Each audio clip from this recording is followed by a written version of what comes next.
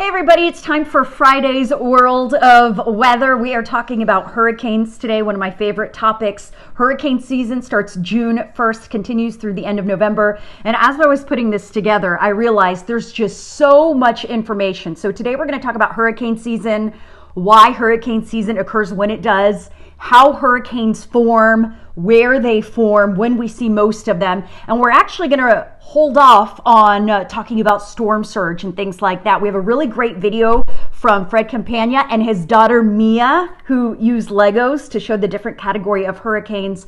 And as always, we have really cool graphics. So I hope you'll stay with us throughout our lesson. If you are interested in hurricanes, how they form, this is one you definitely want to watch. And bring the kids in the room, get them watching as well, because even with the lessons I've started, I've been getting really good feedback that kids have been learning about things that they had no idea about. And that's my goal, to get the kids learning, their brains growing, especially when it comes to science and math and weather, which of course is my favorite topic. And you can come in. So my daughter came in as I'm about to start because she loves doing World of Weather. And then my son walked in and he goes, I want to do it too. Say hi, Lucas. Do you like World of Weather?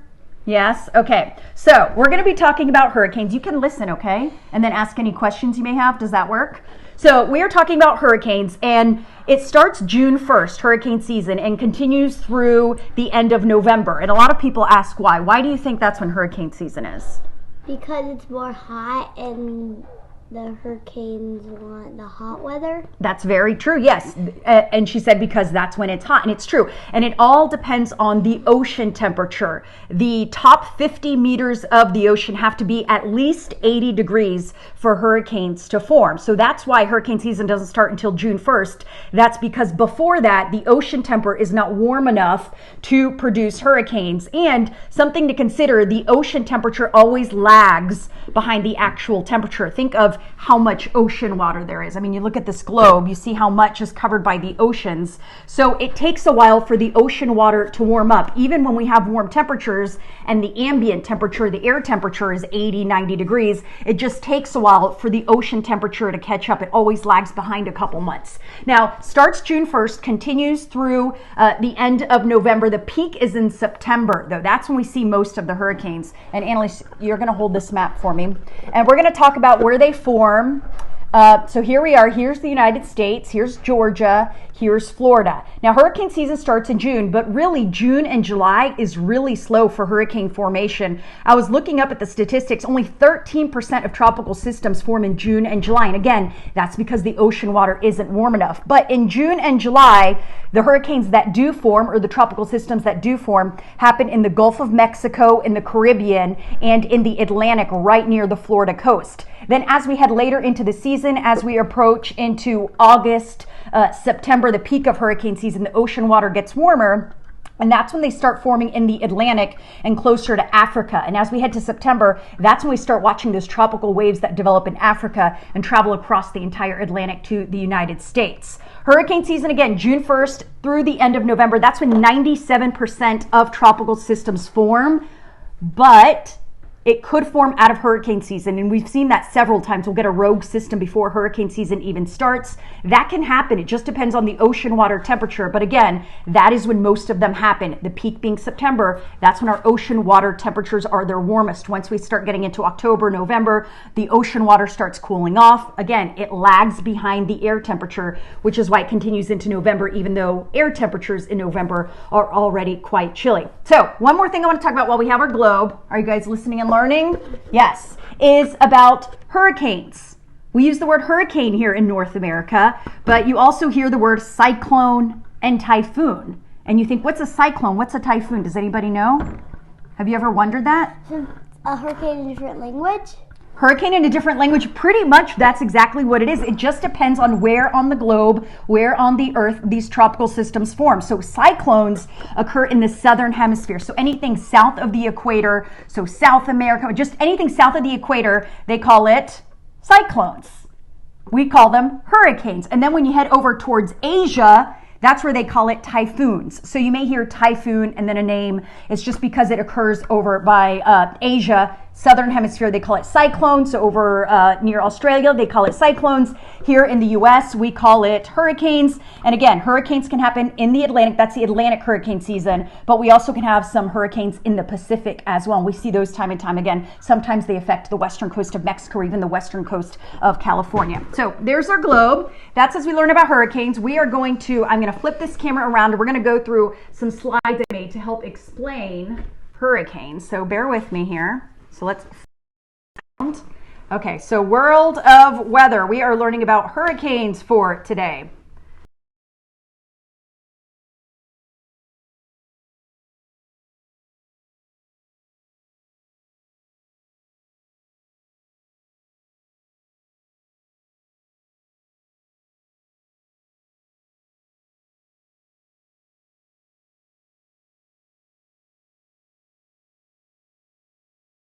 In August, September, it really ramps up. That's when we get most of the systems occurring and developing, and it's because we have that warm ocean temperature, and that's what these hurricanes need to develop. Now, hurricanes, they cause a lot of damage, and they cause a lot of impacts on the U.S. when they move onshore. Of course, we have the winds, winds above 74 miles an hour. That is a hurricane. Storm surge as well when they make landfall.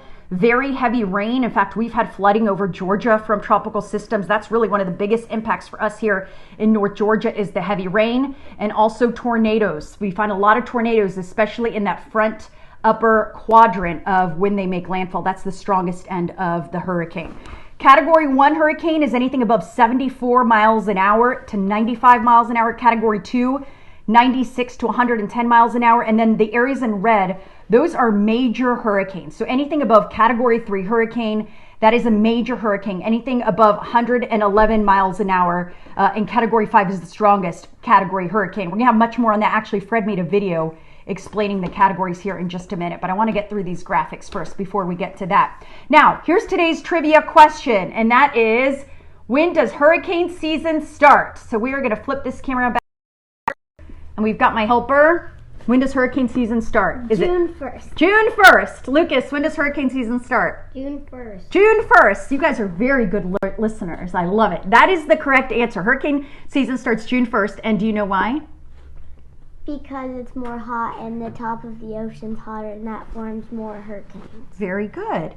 And what does a hurricane need to form? Warm ocean water? Mm-hmm. So I always say that it's the fuel for the hurricane. It's like cereal. It's like your breakfast, the warm ocean water. The warmer the water, the stronger the hurricane. And another thing interesting to note, and I'm sure you guys have noticed this too, is a hurricane, as soon as it makes landfall, it weakens very quickly. That is because it weakens very quickly. That is because it doesn't have the warm water under it. So it needs the warm water to intensify. Once it's over land, it no longer has the warm water, and that's why it weakens so quickly. So we are going to get to Fred's video here. Let me hold this so that, let me put this on the stand for a minute. There we go. As we do this, let's see. It is time for our video that Fred put together. I'm very impressed with his video. It's so fun because he's so artsy and technical, and he has all these abilities to do all these amazing things with computers. So it's really cool when he puts one of these together. So let me find where it is here.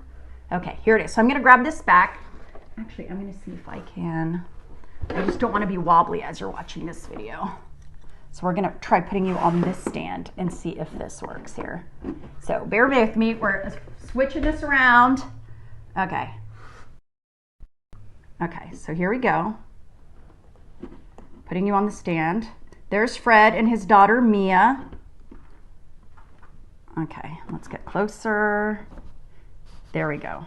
And we are going to put this in place. So Fred, take it away. Tell us about hurricane categories. I'd love to hear about it. So here's Fred. Take it away. Hi, Jen. I'm here today with Mia. Hi, Jen. Hi, everybody. So today we're going to talk about hurricane categories. We use the categories as a way of labeling just how strong a hurricane is.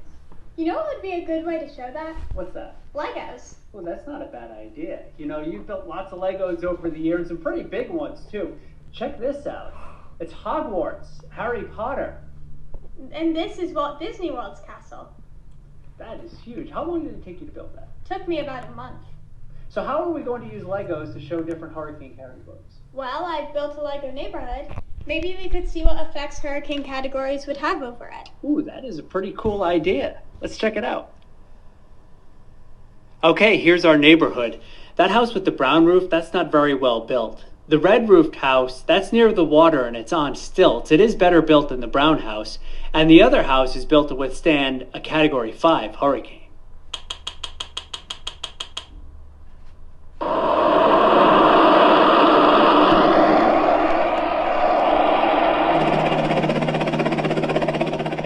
Category 1 hurricane has winds between 74 and 95 miles per hour.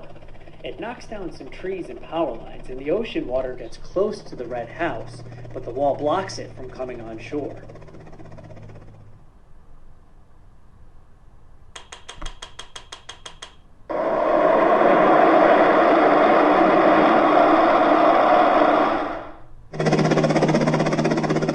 Category 2 hurricane has winds of 96 to 110 miles per hour. You can see there is more damage to the poorly built house. More trees are knocked down, the power is out, and the water is smashing up against the house near the ocean.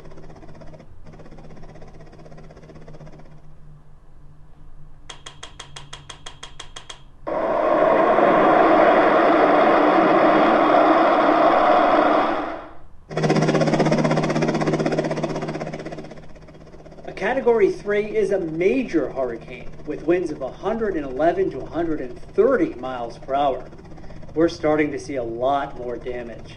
The well-built house near the water has roof damage, and the poorly built house has lost its roof. The house that was built to withstand a Category 5 storm is still in good shape. Very good. So that is Fred's oh, we're still going. Sorry.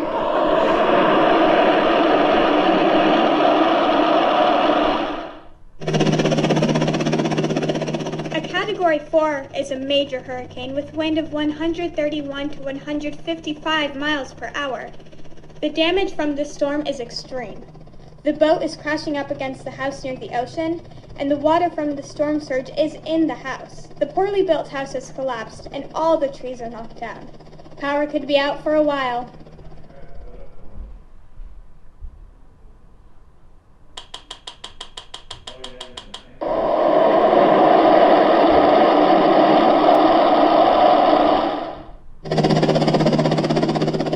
The strongest hurricanes are Category 5 with winds over 155 miles per hour. The damage is catastrophic. The storm surge has destroyed the house near the ocean. The neighborhood is wiped out, except for the house designed with the strongest materials to survive a Category 5 storm. Oh, and there's an extraordinary chicken on top of it, too.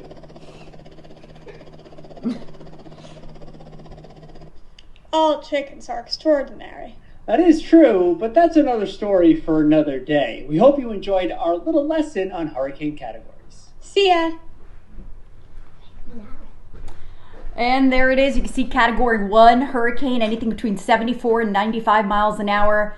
Category 2 between 96 to 110. And then you have a major hurricane is anything above a Category 3 hurricane. So Fred, Mia, thank you so much for your video. I know you took a lot of time to put into it. And I was telling Fred, I was texting him this morning as I flip this. I'm going to grab this off the... First, I started watching his video and he was... Let me put this in here.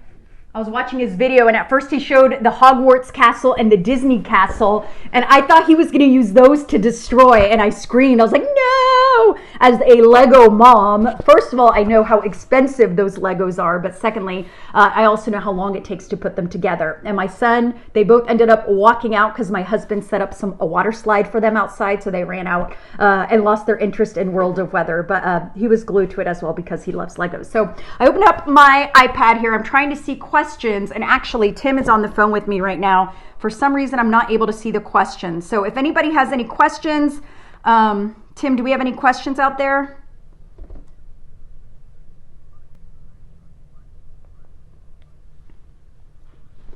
No, hurricane season is different depending on where in the world it is. Our hurricane season is from June 1st to November 30th, but that's because that's when the ocean temperature over that part of the world is warmest. When you look at the southern hemisphere, they're on the complete opposite cycle. So their hurricane season is on the complete opposite side of the calendar. So it all depends on that ocean water temperature. That's really the number one driving factor. The other thing you need is winds, and the reason we get them forming where we do is because the winds usually are moving from west to east here over the Atlantic. So you're getting them forming here off the coast of Africa, and you get those winds plus that warm water, and it really helps those cyclones or tropical systems, I should say, develop.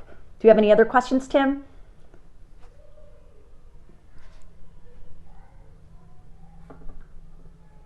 Well, that's a really good question. So the National Hurricane Center comes out with the list of names every single year, and they recycle them every so often unless it was a catastrophic hurricane. Like Hurricane Katrina, they took it off the list. It will never be used again. So anything that created a lot of damage, like Charlie, like Katrina, like Opal, those are names they take off the list. But every year we have a list of names and we go down the line. And the reason that hurricanes are named is so that you know which storm we're talking about. Because now I say Hurricane Katrina and you know exactly what storm I'm talking about. If I say Hurricane Charlie, you know exactly what storm I'm talking about. So that's why they're given names. And we alternate boy, girl, boy, girl, boy, girl. So you'll notice that as well. Tim?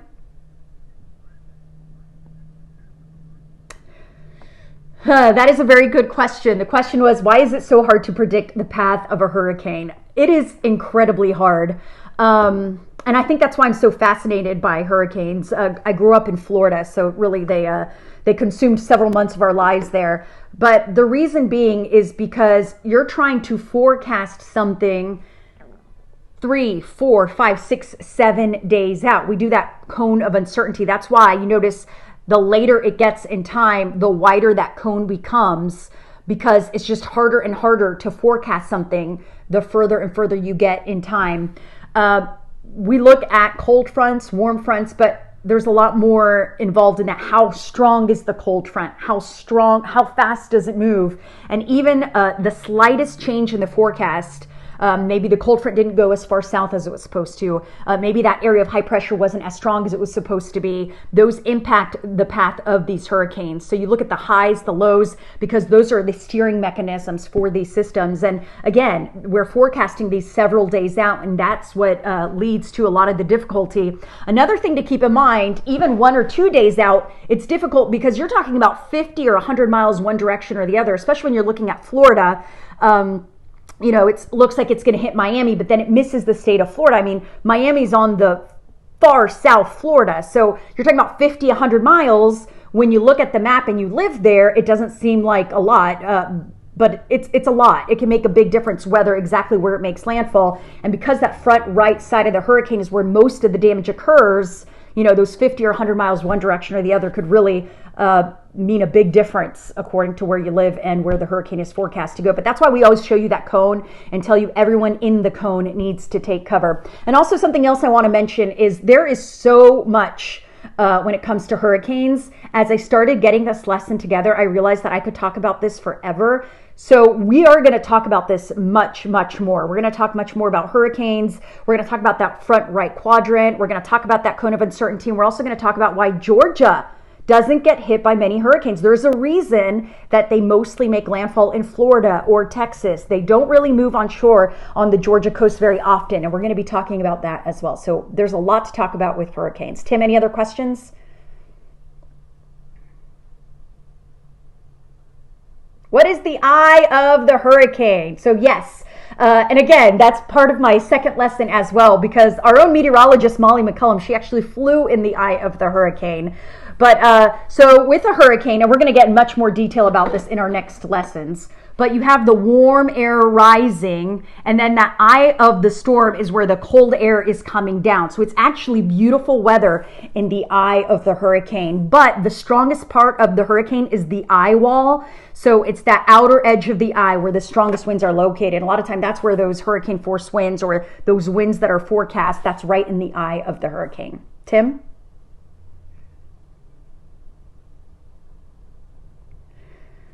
do we have any homes that would withstand a Category 5? So, yes, because we've had a Category 5 where some structures still stood. I mean, when you're talking about winds that strong, it's very hard, especially with windows. That's why when folks prepare for a hurricane, they board up the windows. You basically want to board up anything that is an easy access. So they board up windows, they board up doors, just because the winds can easily go through those windows, and they make a tunnel effect, which really damages the homes. But yes, I mean, there are structures that can withstand it. Certainly the better a home is built, the more it can withstand. And now with new building codes, they work on that. When you build a home along the coast, it does have to meet certain specifications, especially new construction, because of that threat of hurricanes. So, Tim, we're going to talk much more about hurricanes. I think everyone is as fascinated as I am. So we're actually going to do part 2 of this, not next week, but that following Monday. And I might even do a part 3, because I think we can talk about hurricanes forever. And there's just so much involved with hurricanes. But I want to thank everybody for our world of weather. As you can see, it's a beautiful day. So I lost my little school-aged children who were watching.